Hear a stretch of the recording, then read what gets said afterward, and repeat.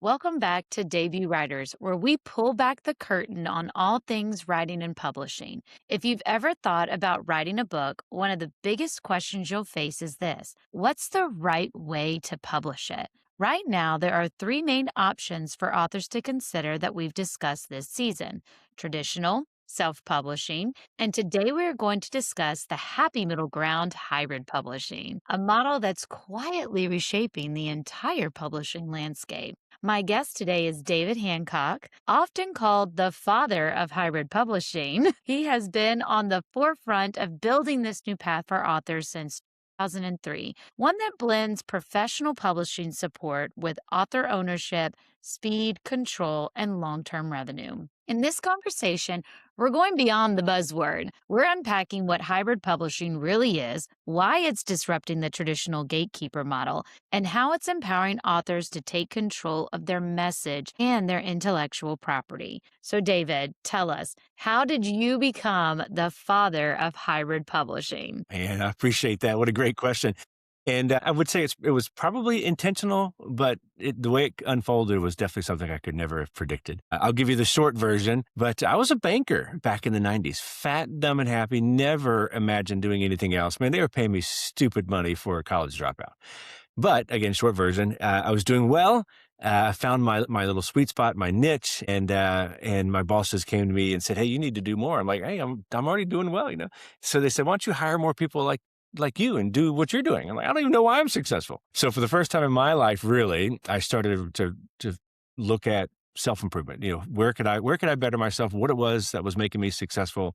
So I went to the bookstores, I went to the libraries, and I tried to find any and all resources. Again, this is pre-internet. So I looked for sales and marketing books. I looked for industry-specific stuff. I looked for just general stuff, and I bought the books. I went to the people's courses. I mean, I studied under Tom Hopkins, Zig Ziglar, Bill Backrack, Todd Duncan, John Maxwell, you name them, all the good gurus, all the amazing gurus from the 90s.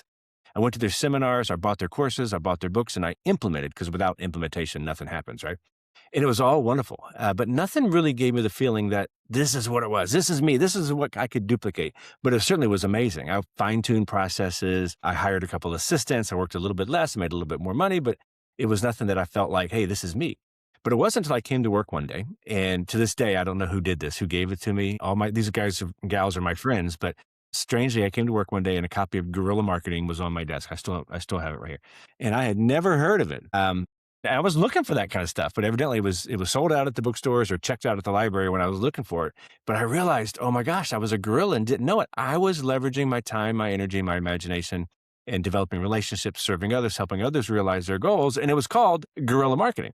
So I know, right? So I immersed myself in guerrilla marketing and just realized this is amazing stuff. And then eventually I reached out to the author, J. Conrad Levison, who at this point sold 15 million books. And in one of the books called Guerrilla Marketing for the 90s, he did something that I had not seen but one other time in all the books that I had read. He said, "Hey, if you have questions, email me, jview@aol.com." And I Wow. emailed him thinking I'll never hear from him. He responded about 2 weeks later, but he responded, and we ended up becoming pen pals. I hired him as a coach, and then we became best friends. But in his coaching and his mentorship with me, he really helped me fine tune what I was doing, taught me a lot of guerrilla marketing, although I didn't necessarily learn any more than I already knew, but his affirmation that I was on the right path, his stories and his accountability was just all what I needed. But as we were spending time together, and I'm going to get to your answer, I promise. As we were spending time together, he leaned in on one of the guerrilla marketing weapons that I had obviously overlooked on purpose because I could never imagine me doing something like this. And it was that I needed to write a book to become an authority in my space so that I Yeah. could. Yeah, he said you'd be able to charge more money and negotiate less with people if once they realize that you're the authority in the space. The book gives you an unbelievable amount of authority. And I'm like, "Jay, I dropped out of college. I barely passed high school. I was too busy chasing soccer balls and my now wife of 35 plus years. But he was very loving and very gracious and helped me realize that I could do it. And he even said, people will come out of the woodworks and start doing business with you, once they realize that you're the right person saying the right thing at the right time and the authority that the book gives you. And he even said media will start calling you on a regular basis because they need local people to talk about what's going on in your industry." Yeah. And I'm like, I don't know, but he was very smart. He convinced me to write a book. Ended up not realizing that was a hard thing to do. I'd never written a book before, but it gave me some good coaching, and it ended up being a stress reliever. I enjoyed writing the books. Mortgage banking was very stressful. It probably still is, but very stressful in the 90s. One transaction not closing, then 9 people are in the street because everybody's houses are all connected. This house is gonna close for this hou Don't get me, Yeah. but I ended up writing a book and ended up getting it published. Didn't realize that was a hard thing to do. Now, Jay opened doors, and it was amazing to have him, but sure enough, within 9 months, everything that Jay said came true for me. I doubled my income, all from the power of the book. Now, I didn't raise my fees. People just stopped negotiating with me, all from the power of the book. And sure Wow. enough, clients came out of the woodworks that were, that I was doing really well. I was a top producer, but they were still celebrity real estate agents or big lawyers or CPA people that weren't giving me their business, and I wanted it. But they started to come out of the woodworks because I became an authority, recognized, authority in banking. And then sure enough, media started interviewing me, and I'd be their go-to guy every week. I'd be on television or the radio or in print talking about the banking space. It was laughable, but I became very passionate about that power. And, started to sing the praises to all my clients that I was working with, because ultimately I ended up becoming a wholesale banker, and my clients were the former me, the loan officer kinda guys. But the lack of relationship with my publisher, I ended up getting picked up by a New York house, but the lack of relationship with the publisher was frustrating. I sold them the rights to the work, and they did everything on their own. Well, and let's point out too, it was a Big 5 publisher. It got bought by one of the big 5, so I got with them just before they got bought by one of the big 5s, but yeah, I got a decent advance, and they're very traditional, and I sold them the rights, and they did everything.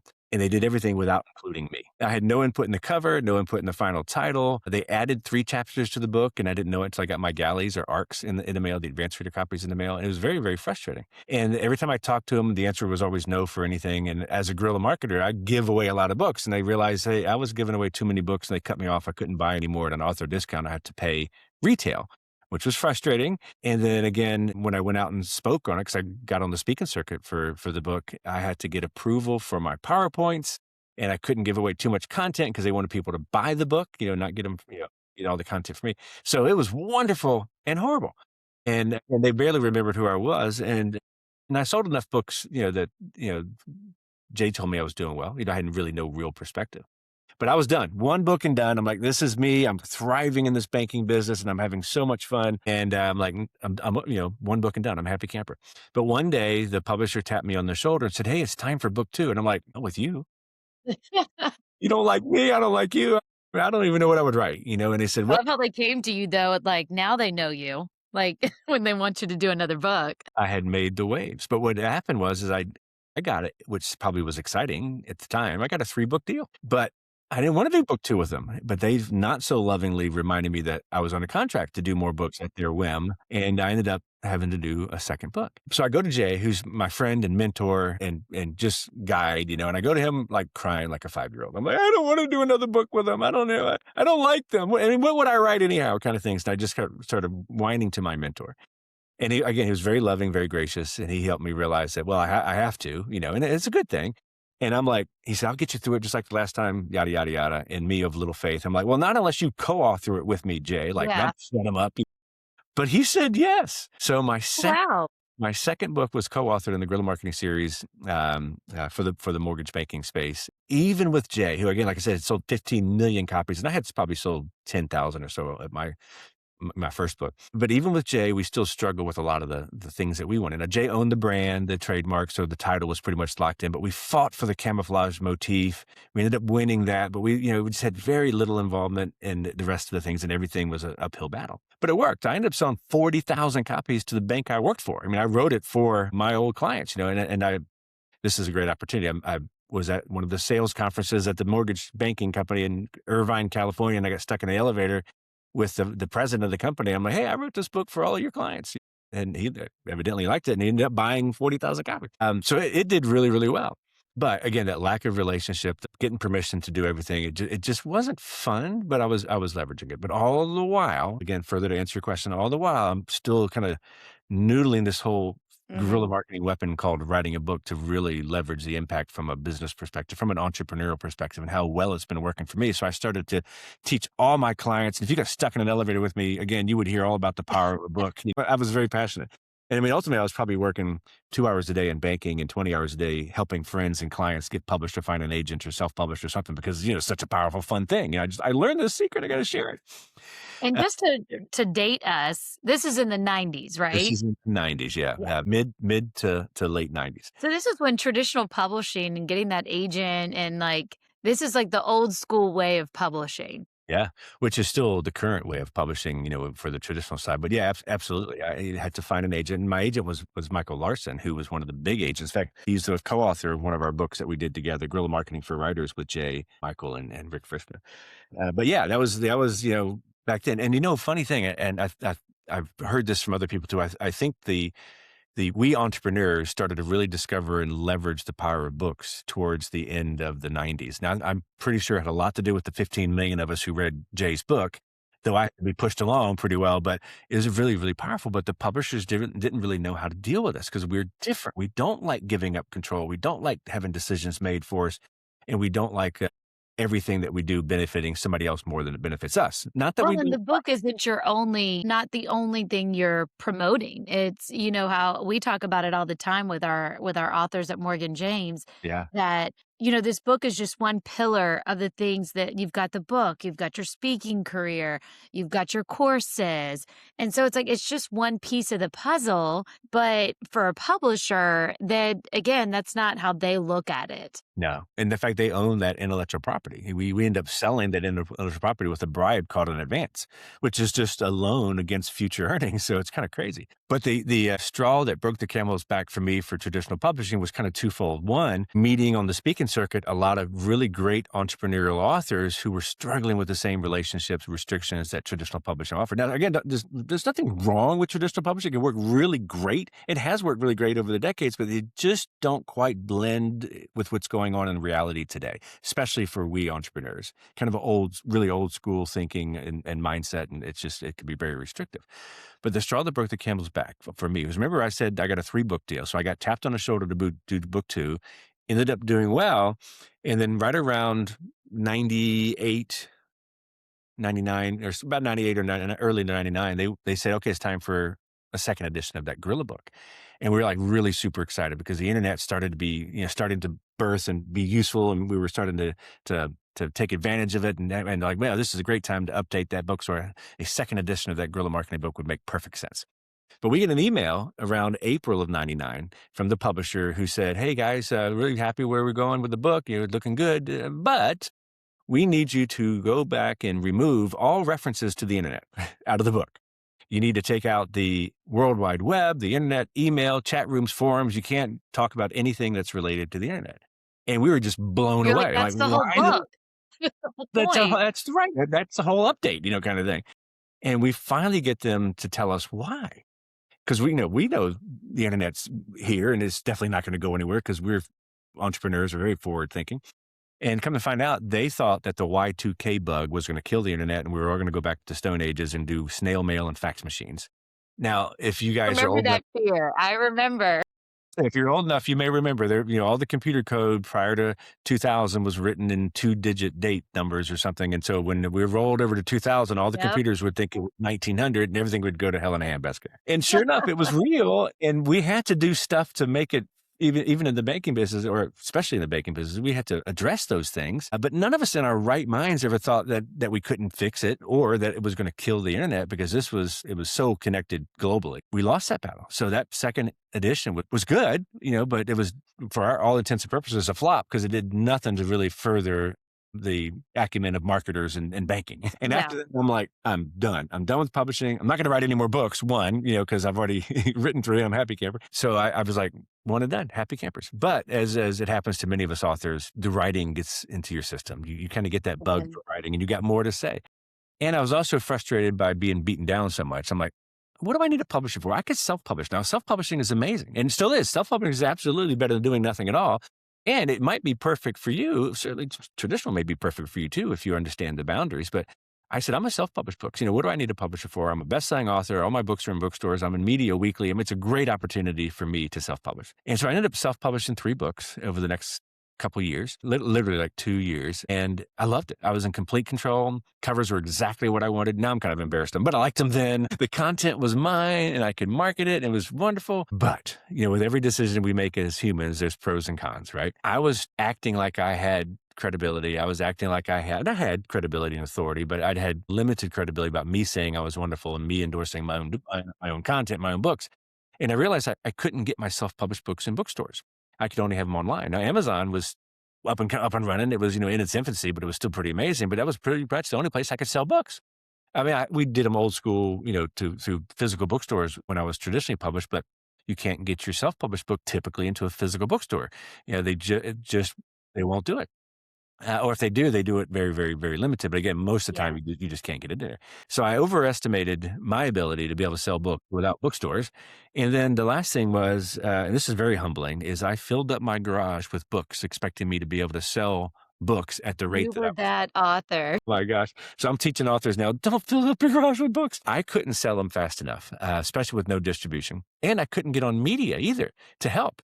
Even though I was regularly a guest on my other books and other topics, my new books, they couldn't interview me. Their producers required that the guest be vetted in the topic, for whatever it is. Mhm. And they don't have time. The talent doesn't have time to do that. So they rely on publishers to do the vetting. Still do today, but for me, it means I couldn't talk about my new books. And then the termites ate them faster than I can sell them. So I live No. in southeastern Virginia, a little moist area, and I had a garage full of books, which I was already in hot water with my bride because I pushed her car, well, both of our cars, pushed our cars out of the garage so I could put books in there, and they literally got eaten up by termites faster than I could sell them. So it was very humbling. No. So at this point, Jay's still my mentor, though I'm not paying him anymore because he stopped charging me when we became co-authors. So that was awesome. But I go back to Jay and have one of those whining moments again. And I'm like, Jay, somebody's got to fix publishing. This really sucks. The Yeah. traditional's got good and bad, and self-publishing's got good and bad. And I'm like, man, somebody needs to fix it. And I'm just whining, about it. And he said, why don't you he was agreeing with me. He said, why don't you put together an outline for what you think a great relationship should look like between an entrepreneurially minded author like yourself and the publisher? I'm like, challenge accepted. Pour my heart and soul into this outline or this concept where the authors retain control and ownership of the intellectual property. You make decisions together with the author, and maybe some that make, decisions that benefit the author, and then teach them the things that they don't know. Cause I had to learn how to market books. But one of the biggest conversations I have with a publisher is, you're not selling enough books. Well, how do I do that? I don't know. Go figure it out, kind of thing. Yeah. Yeah. Most of us know our stuff, but we don't necessarily know how to sell books. And selling the books is an entirely different industry. Entirely different. Yes. I layered in a lot of guerrilla marketing in that outline. I poured a lot of the Zig Ziglar values-based selling, serving others to help yourself kind of things, and just layered it in with all this stuff. And I present it to Jay, and I'm like, ta-da, here's my idea for what that relationship could look like. Because he alluded to me, he's a very sneaky guy. He alluded to me that he would take it to Houghton Mifflin. His relationship with Houghton Mifflin, if you guys remember Houghton Mifflin, they were the ones that originally published the guerrilla marketing books. Is that right side down? Yeah, right there. There you go.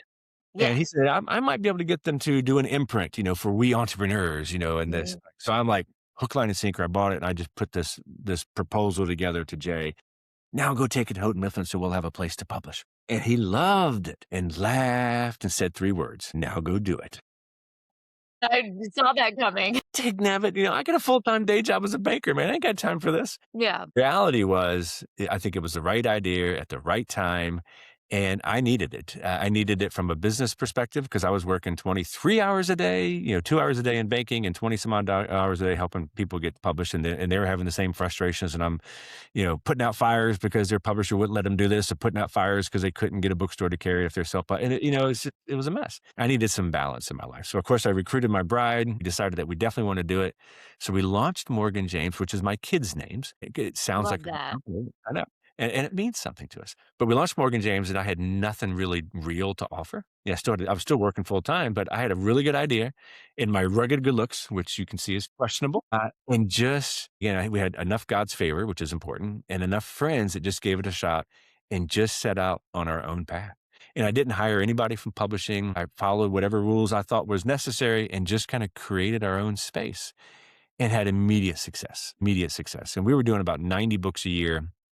By 2004, 2005, we started to get attention by the industry because our authors were busy. They were doing really good stuff. And though I only still at that point only had online distribution, which isn't quite, where I wanted to be, I had a really good idea of where I wanted to be. I wanted to look and feel and smell like a regular publisher, but dagnabbit, stay the heck out of the way of the entrepreneur, but give them the tools and the authority to go do what they need to do to be successful. And it just worked. By 2005, we got to a really great relationship with Publishers Weekly. Publishers Weekly was the first one that called us a hybrid space, by the way. In fact, they wouldn't give us the time. Short little side story. Publishers Weekly would not give us the time of day. We were out there acting like a publisher and doing well, but we're coming across some hurdles. Like, for instance, Publishers Weekly, I still couldn't get them into bookstores yet. I had to figure out how to do that, and that eventually came. But Publishers Weekly wouldn't review our books. They wouldn't even let us buy advertising because they just didn't see us as a real publisher. We were unclassified because we didn't call ourselves a hybrid. We didn't even call ourselves anything. We just like, hey, we're a publisher, kind of thing. And I finally convinced the president and publisher, Kevin Briarman, amazing individual. I finally convinced him, just sit down with me. Let me tell you what we're doing and tell me what I'm doing wrong. And by the way, never let a New Yorker pick the place to eat when they know in advance they're not paying. That's a lesson in and of itself. We could stop right now and everybody would learn something extremely valuable. It was a very expensive lunch, but I had a chance to just sit down with him and give him just my whole, I know, right? I gave him my whole story and he ended up loving what we're doing and realized, that is a great space, but he said, there's one thing that you got to fix. I'm like, we're perfect. What do we need to fix? He said, it's about the advances because we weren't paying advances. Remember, as we alluded earlier, the advance was a bribe. Advance was an amount of money that they'll offer, hopefully as high as you can get or as little as they want to pay, that you get to a point where you'll say, Uncle, yes, I'll surrender my intellectual property. And it is a loan that you pay back. Now, some agents, some big authors can negotiate that out, but typically it is an advance loan payment against your future earnings. So I'm like, we don't need to pay advances. He was hung up on us not paying advances. And I'm like, stomping my feet. Well, we don't buy their intellectual property. We don't need to do the advance, moot. And he said, doesn't matter. It's about the optics of publishing. Publishing is an old school, very in its lane kind of, traditional. Very snobby. We've said that on this show before. It's very snobby. Very, very snobby. So in advance, we had to be there. And I'm like, oh no, our model's not set up for paying advances. How do I do that? He said, we just pay a token advance. What the heck is a token advance? He said, $1. I'm like, I am not paying $1 advance. That's like an insult. I'd rather keep paying another. He said, why don't you pay a nice advance? I'm like, oh my gosh, what is a nice advance? And come to find out, there's a term called a nice advance and a nice advance dollars.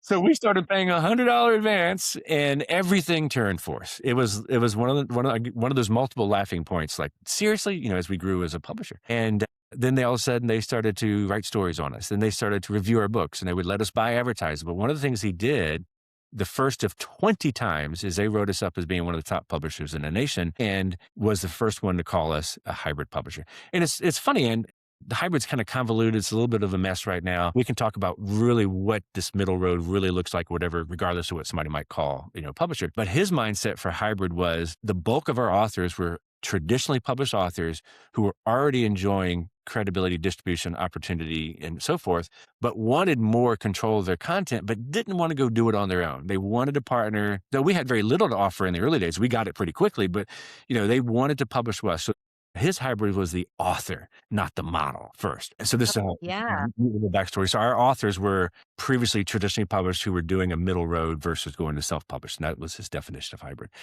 But we just continued to play in that space and earn it. By 2006, we had our first 4 New York Times bestsellers. And it was actually when we got the attention of one of the nation's largest book distributors who said, who the heck are you guys? What are you doing? And how can we help? Why aren't you using us? Right. So we ended up falling in love with each other, and they did a beta test. They chose like 12 titles of our catalog. They loved us, but not maybe all the way kind of thing. But they really loved us, but we fit, but didn't fit, kind of thing. Yeah. And sure enough, they picked 12 titles, and we had 4 New York Times bestsellers, as soon as we went live. And then we ended up going full on with the distributor into brick and mortar stores with 144 sales reps by 2007. And that was a big part of our continued growth. Rang the opening bell to NASDAQ in 2008, for our philanthropy, because we love to give back and we love to support communities, and had our first #1 New York Times bestseller in 2011 and just kind of earned our way. So fast forward, our overnight success has been almost 25 years in the making. Fast forward to today, the industry does see us as a typical house because we're very selective. We publish about 3 books a week. But the idea is the authors retain control. We make decisions together, and then we spend an enormous amount of time helping them grow their business, leverage the power of the book, think 2 products ahead, understand that they'll make more money because of their book than they will from book sales. Though, as you know, as publishers, the only way we make money is by book sales. We have to sell books. So then we teach them how to do that. And it's been so much fun, so much fun. And we've really got a great relationship with the brick and mortar. So today, I think a great hybrid publisher is that middle of the road where the authors retain control, you make decisions together, but then have that credibility and that real distribution to give them an audience that's way so far out of their current circle of influence. And now the publisher is what is labeled hybrid, not the author. So that's so interesting. That is definitely something I've learned. I did not know that originally about hybrid. So what an interesting concept of how it shifted as Right. it grew in that space. Yeah, and we So led that channel as well, and it was partly because we were gaining traction as credibility. We were gaining great credentials, unbelievable successes over the years with all the New York Times bestsellers and Wall Street Journal, USA Today's bestsellers we've had over the years, and then just had to work with the authors and teaching them how to leverage it, and it's been so much fun. yeah. So I think one of the big misconceptions about hybrid is you have to pay for it. It's like a pay to play situation. And a lot of people feel like that lessens the credibility a little bit. Like, as long as you'll pay, they'll do it. I know that that's kind of a big concern for a lot of authors. So, as you started this hybrid concept, was the author buying into their book in the beginning? Was that something you always did from the start? Or was that something that evolved with this kind of hybrid concept? Certainly, we're always evolving for the good, of course, but our core authors was built around that entrepreneurially minded individual. So the concept originally is we had no real ask from the author in the beginning, but we quickly learned that most entrepreneurs just don't show up, myself included. Most entrepreneurs just don't show up unless they have a little skin in the game. But we do have to be very, very careful because the industry doesn't like charging authors, and that's fine. But we learned that publishers, the big guys, often had programs where an author might be right on the edge of where they really want them, but not quite yet. But there's an opportunity kind of thing. And the publishers from Wiley to Entrepreneur Press to Simon & Schuster would say, hey, we'll publish your book. We'll give you an advance, but we're going to commit you to buying a large number of books to prove it. So basically, we're going to get our money one way or the other. You're going to buy 10,000 books on pub date and you're going to invest in it, but we'll still give you an advance and we'll still do what we would do with a normal author. And that became very prevalent. And I'm like, that's probably something that we could do. The language is approved by the industry, though not a whole lot of people love to talk about it, but it's been done. So Yep. what we did is One of those dirty little secrets of publishing that nobody knows about. right.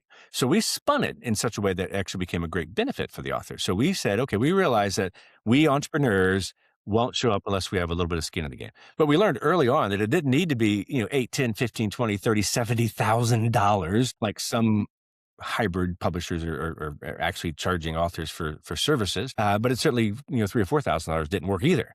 So we honed in onto a sweet spot of about a 6,000. I think, back in the day, we were like a $5,000 investment from the authors. But the way we structured it was, hey, we'll ask you to commit to buying 2,000 copies of your book at print costs plus $2, and which is certainly less than 50% of the cover price. That's something that benefit aspect. But we would have them give us that $2 up front, that $5,000 up front. And that was just enough to keep them focused, but Yeah. not too much. Cause again, we wanted to make money where we added the most value. And I think a good hybrid publisher, that's their mindset too. They earn money where they bring value, not through services per se. And as we continued to grow that over the years, it worked. And again, it was industry accepted. Authors, especially the entrepreneurs, bought into it because they understood. And, we tried to hear an author here or there, without doing that. And they always didn't show up. So it just proved to us that our model was right. But where was I going with that? Let's see. During COVID is when we did make one big shift. We realized that inadvertently, there was a little extra layer of stress on the authors when we weren't buying physical books in the numbers that we were buying pre-COVID. And again, with most of our authors being 99% of them being entrepreneurs, a lot of them are speakers, a lot of them are leveraging Mhm. affordable access to their own books to sell at the back of the room or events or things like that. But that kind of dried up for 3 years straight. So I realized that undue stress was not where my goal was, and I didn't want the authors to be stressed. So we just eliminated the obligation to buy the book and flipped it to we'll ask for an investment. You can get 2,000 copies at print cost. You don't have to, but then after that, the price is only 30% over print cost. So you do still very affordable access, and that just relieved a lot of stress on the authors, and that's where we've been at, so far. It's been working out really, really well. I also wonder too, because you were saying earlier that these authors are selling their IP to the publisher, right? But it's still kind of a loan. Like you still like at the end of the day, you're not earning royalties back until the publisher earns that money they gave you, earns that advance back, plus earns all the money they spent to produce your book. So we always tell authors on the show, if it feels free, you're losing money somewhere. Like, because nothing is free in life. People are not just publishing your books for free and just hoping that they earn money from the sale of your books. No, they have a strategic plan of how they're going to earn money on your books. And it's withholding all those royalties and all that money that you could have made on your book on the back end. So then I'm wondering, with this hybrid model and kind of the way you're positioning it, if it's in turn an author saying, that's my price to keep my IP. So instead of taking an advance and selling my IP, that's my price to keep my IP if I'm working with a publisher. Great way to say it. I love that. Yeah, absolutely. Absolutely. And then still always be thinking two products ahead. Always understand that at least 20% of your audience is going to want more. So give it to them, create it for them. It adds value to them. They want it. It certainly adds value to you as well. So, we've definitely explained how hybrid publishing is probably the best model for an entrepreneur, which are pretty much nonfiction books. Not that And we're biased. I know from personal experience that Morgan James kills it in that nonfiction space, and they do so well supporting their authors and that guerrilla marketing. You just present all that stuff. You give all that information to authors all the time. It's so wonderful. But what if you're a fiction author? Like, is hybrid a space for fiction authors too? It certainly can be. Now we have to kind of test it and learn that it was. And the idea is still the same, regardless of the genre. Most even fiction authors, want to write more books. Again, thinking those two products ahead and building a business and a brand around your services, having control to be able to do additional books. As you've probably seen, a lot of the fiction writers that are very successful will teach things on the side. They'll teach how to write. They'll teach how to tap into the market or do things because that's where they can earn more money. But they We create always brands. joke that a writer is never just writing. Like we're also editing and we're book coaching. We're always doing other things because again, there's not that much money in books. Yeah, that's right. So we actually pay double what most publishers pay, but even still, you still need to find other ways to earn money. But we realize that it's still about the connection with the author today more than almost as much or more than content itself. And it's just creating that universe that you can continue to create other opportunities around your intellectual property at your pace, and grow it. So we learned that they could still work with fiction. In fact, we've had, you know, we've had New York Times bestsellers on fiction titles all dating all the way back to the early teens. But yeah, so regardless of the genre, I think a hybrid space could still work as long as you're willing to put the time in. But if you're an author that just wants to write and let go and just keep writing and never, I don't know, there might be a great space for you to still stay traditional. But as you probably see, as authors start to do well, then the publishers start to hire other writers to write into their name and their brand because the author can't write them fast enough or something like that. There's lots of things that are pitfalls. Yes. When all of a sudden you love a writer and then their books start not being so great anymore and you're like, what's happening? Yeah. They're writing under their brand, kind of thing. But I think with the right mindset and understanding that you will earn more per book, you will have better opportunities, and you can still get into bookstores and still own your IP. And then we learned the same thing with children's books. That entrepreneurs could still write books. The books could be still part of a bigger picture. Every fiction book, every children's book has some sort of, we call it a nonfiction hook. There's some sort of underlying theme, story, Yeah. challenge, opportunity, overcoming things or something like that in every book. So you lean into those things, and you can still be very successful regardless of the genre. The only one we haven't mastered yet is poetry, but we've got one of our associate publishers who said, "We'll get there." I'm like, "Okay, one day." Well, I think that's because poetry is very difficult just across the board in publishing. There's not a section for poetry in a bookstore unless it's the old ones. Well, do you and you probably remember this too, but remember when you had to go to the restroom, not to be too TMI, when you had to go to the restroom without a cell phone and you just sat there and went to the bathroom and you're sitting there in the room with nothing. That is what I think like poetry books and these bathroom books and these coffee table books. Like that's I think when those kind of books started to really become huge because people needed something to do. I saw a meme the other day and it said, you're from the 80s if you've had to read your shampoo bottle while on the toilet. I remember. Yep, yep. The time before we had cell phones, it's crazy. When I taught elementary school and I would tell kids I didn't have a cell phone in high school, they were like, "What? There's a time with" I was like, "I had a time without computers, guys." Yeah. Like, it was just a tube TV in my room. That was it. Yeah. And we're still relatively young. I know. So thinking about like how just the world also has changed and shifted so much in our lives so far. How have you really seen the publishing landscape change and where do you think it's going? Oh my gosh. Well, I still know that people are still reading books, still a $2 billion industry. Print is still king. And no matter what article you may have read that was written by Amazon, nonfiction still has less than 15% average, maybe 13% average of ebook versus print sales, but it didn't take away from print.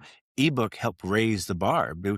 We were selling more books because people ultimately realized I love the quick access of the ebook, but if I'm really engaged with that book, I'm going to buy it or I'm going to buy it for a friend, but I think, according to Publishers Weekly, 87% of ebook readers prefer print, nonfiction specifically.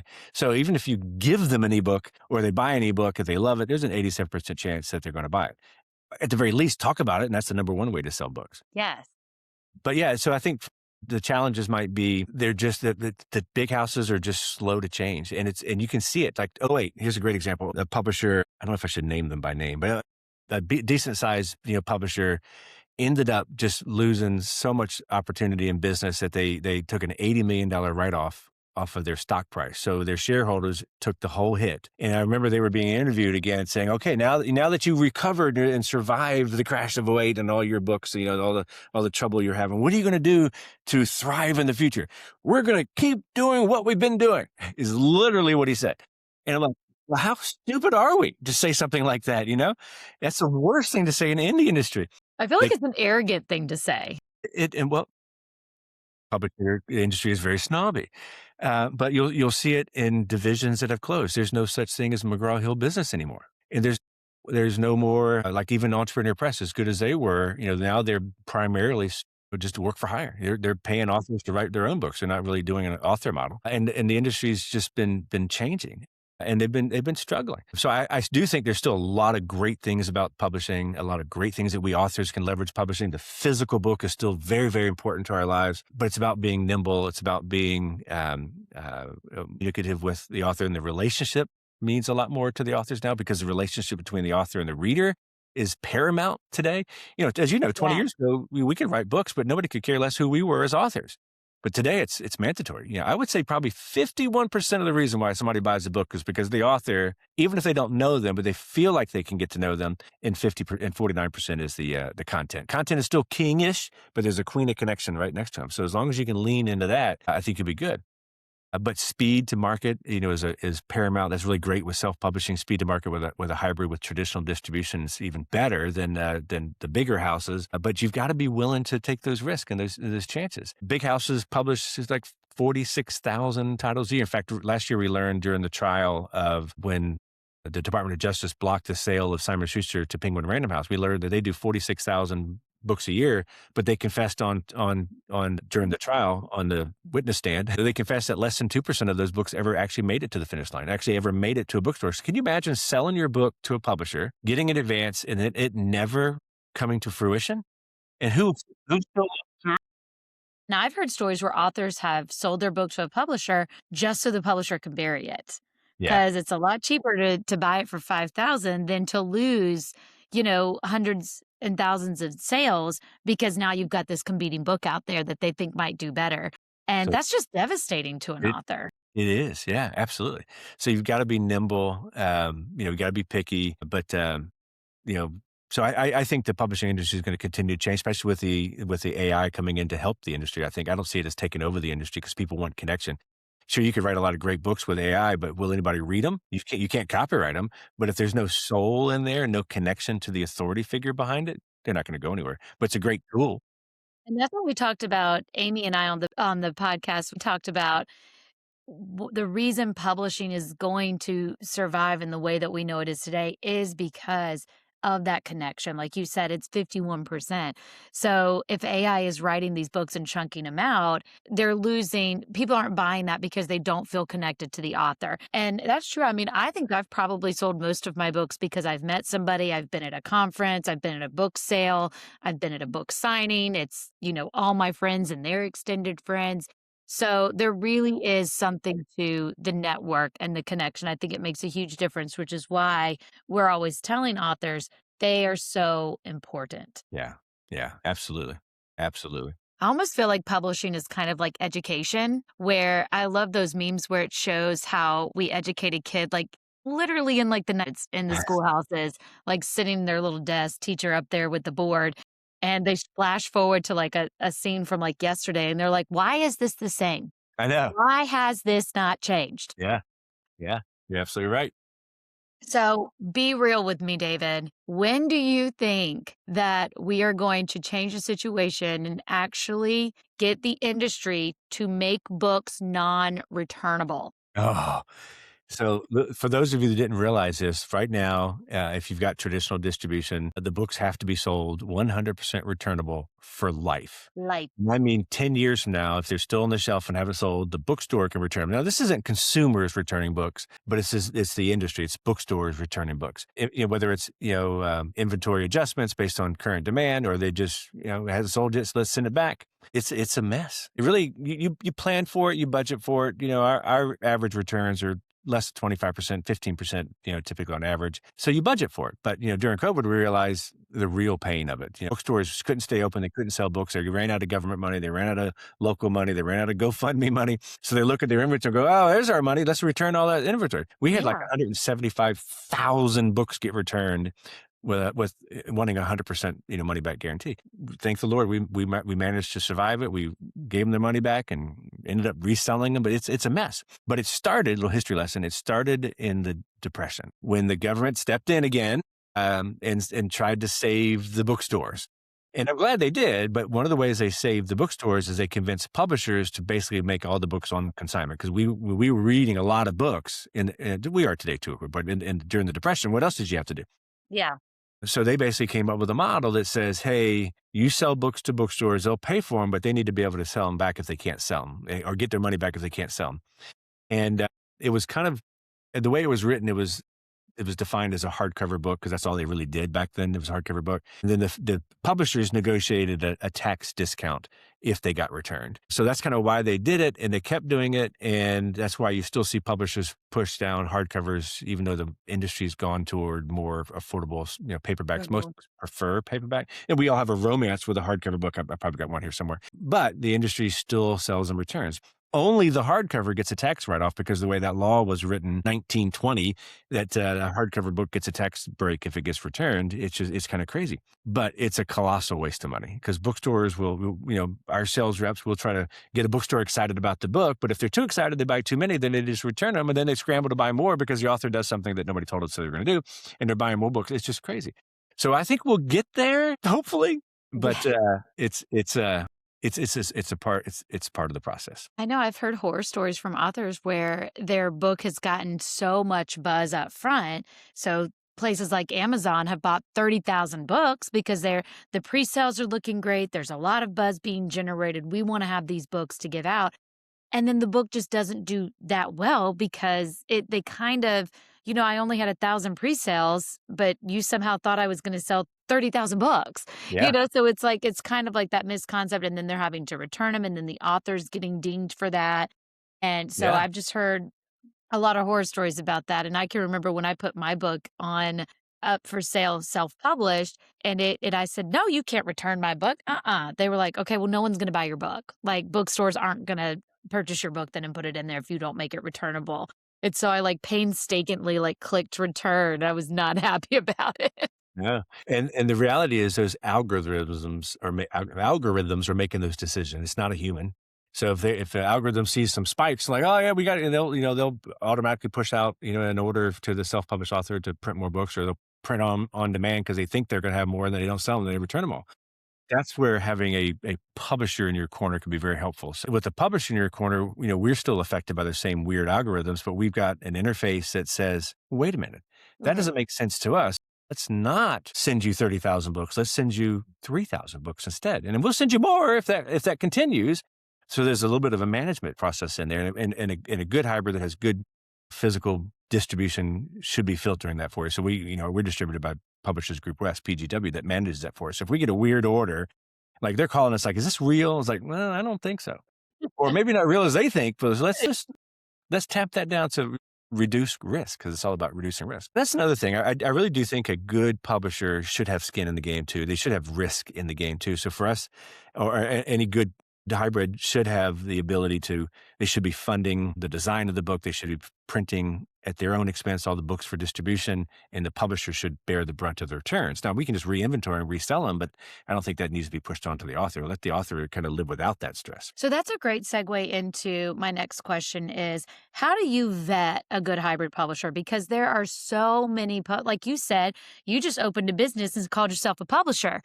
People are just opening companies and they're calling themselves hybrid, and then there's that like the no one of vanity. And and now there's like now people are shifting like, oh, we're author centric. Oh, now we're just author services. There's so many names and people are calling themselves so many different things. And it's so confusing for authors. So if you were an author and you're vetting a hybrid company, like what are the top things you need to be looking at to ensure that you're working with a reputable company? See, that's a really, really, really good question. In fact, I go deep into that in my book, The Babylon Blueprint for Authors. The first 40 pages is all about the current landscape of publishing and the different paths, the real deal with self-publishing, the real deal with hybrid publishing, the real deal with traditional publishing. And it's not a brochure from Morgan James.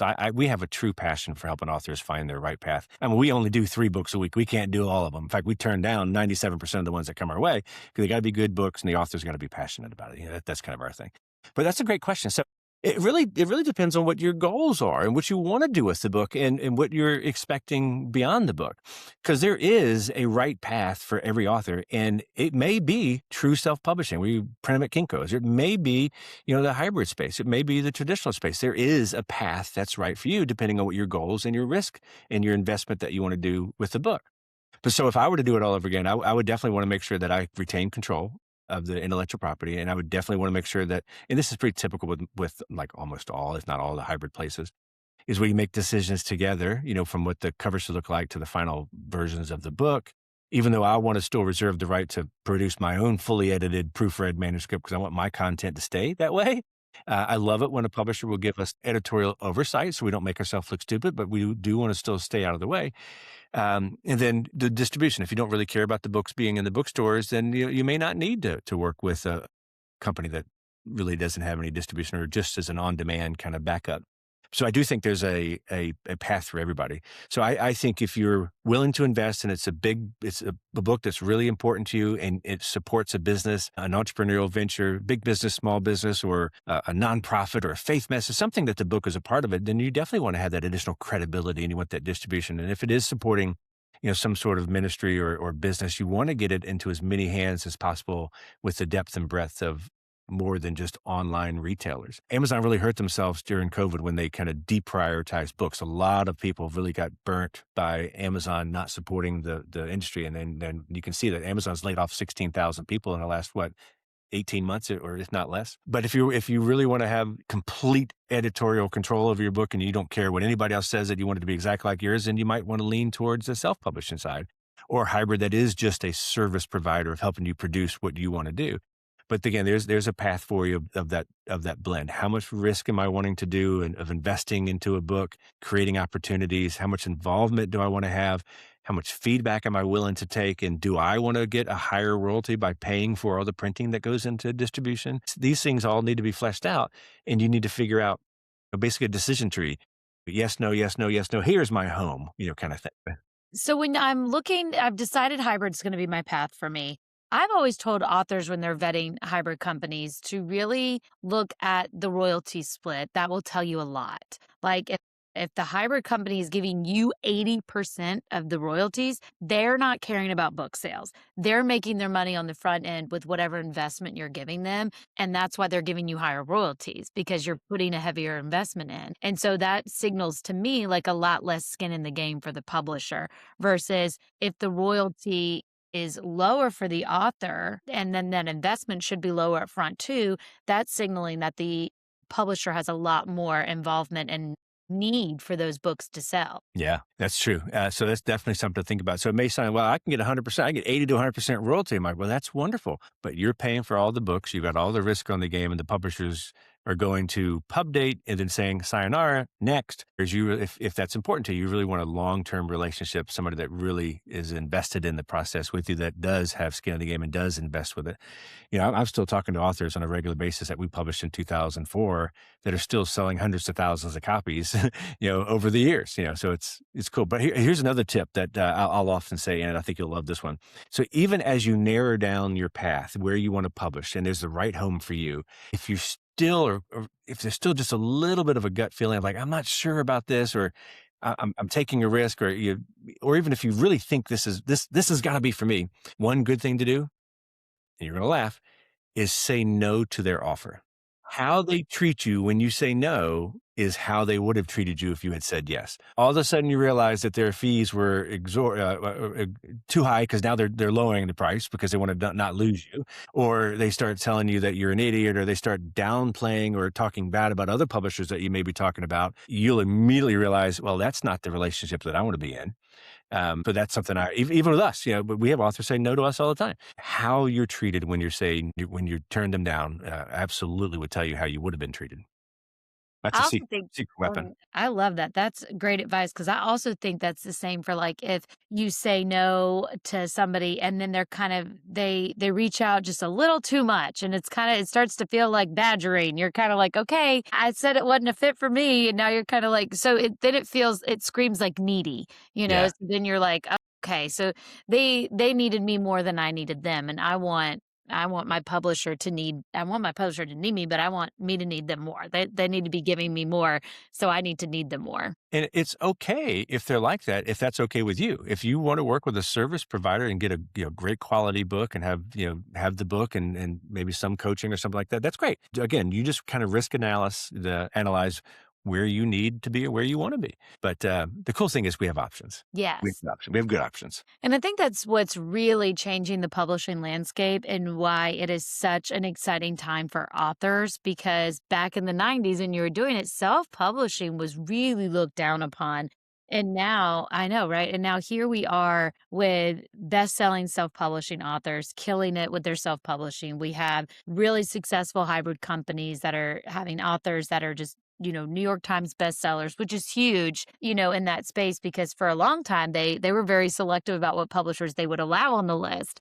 Yeah. And so, breaking down those walls and reshaping and remolding the publishing. We thank you, Father of Hybrid, for getting it started for us and for continuing to champion authors. I mean, I think that is what really drew me to Morgan James. And, it's no secret that I work for you. But it really drew me to Morgan James, just your passion and the way that you wanted to support authors. It's kind of where this is why we have debut writers. It literally is to just support writers and give you the information. Everything I wish I knew before I went into the publishing space. I wish I knew about the paths. I wish I knew all my options. I thought it was traditional, and if I never got an agent, I would never publish a book. Like it would never happen for me. And so it's really good that I think authors have those options now. It's changing the landscape and sky's the limit. I mean, this is an exciting time. As much as it doesn't feel for authors as an exciting time, like trust us, this is an exciting time. And it's going to only great things to come. Well, David, thank you so much for coming and being a part of Debut Writers. Oh my gosh, it's so much fun. Thank you for having me. I'm so grateful. Hey, but I do have a gift for your audience if I'm allowed. Yes, I was just about to mention it, but you can tell them. Well, thanks. So I mentioned my book, The Babylon Blue. So I'm being a great example of a great podcast guest because I told you my wisdom. I talked about the book. It's available wherever books are sold. All those things that you should do as an author as well. But you need to have something to get them to come engage with you offline. And I'm getting ready to do that to you right now. So I'm leading by example, but I truly, really care. I really want you guys to see this. So the Babylon Blueprint for Authors: proven strategies for publishing, promoting, and profiting with 100 low cost, no cost ways to engage your audience. It's in bookstores. I want to give it to you for free. I don't have a fancy URL for it yet because this is so exciting. What we're going to do is Anne's going to put it in the show notes so you'll be able to get access to it. But I want you to get the ebook for free and I want you to read it. Again, as I mentioned earlier, the first 40 pages is all about discovering the right path for you. And there is a path that's perfect for you. And then the rest of the book, I've got 115, we call them guerrilla marketing weapons to help you um, get where you need to be without wasting time and wasting money. So Yes, look forward to that. and we hope that David will come back during our marketing series too, because that is going to be a big one where we talk about all things how to market your book, because that is a big, big question authors have as we realize that, oh, we're the ones marketing our book. Okay, let's figure out how to be that then. Yeah, and your publisher could help market the book too, but it's a brand marketing a book and people want connection. So it's better than nothing at all. It can help you get to that 7 times they've seen it before, to 27 times before they're ready to make that buying decision. But our ability to create conversations as authors is what really gets them to close the deal. So Yes. yeah, in fact, a quick little marketing tip: the best time to start marketing your book is the moment you decide to write it. So yeah, I'd love that opportunity to come back and really unpack all the marketing side because that's the Yes. fun, that's the real I money. know, I know. Well, we appreciate you so much for coming, and make sure to subscribe to Debut Writers newsletter on Substacks, where we'll be giving away the free copy of the Blueprint for Authors: Proven Strategies for Publishing, Promoting, and Profiting with 100 no cost, low cost to engage your audience. And don't forget, those first 40 pages are golden. That's right. Thank you for listening, and tune in next week.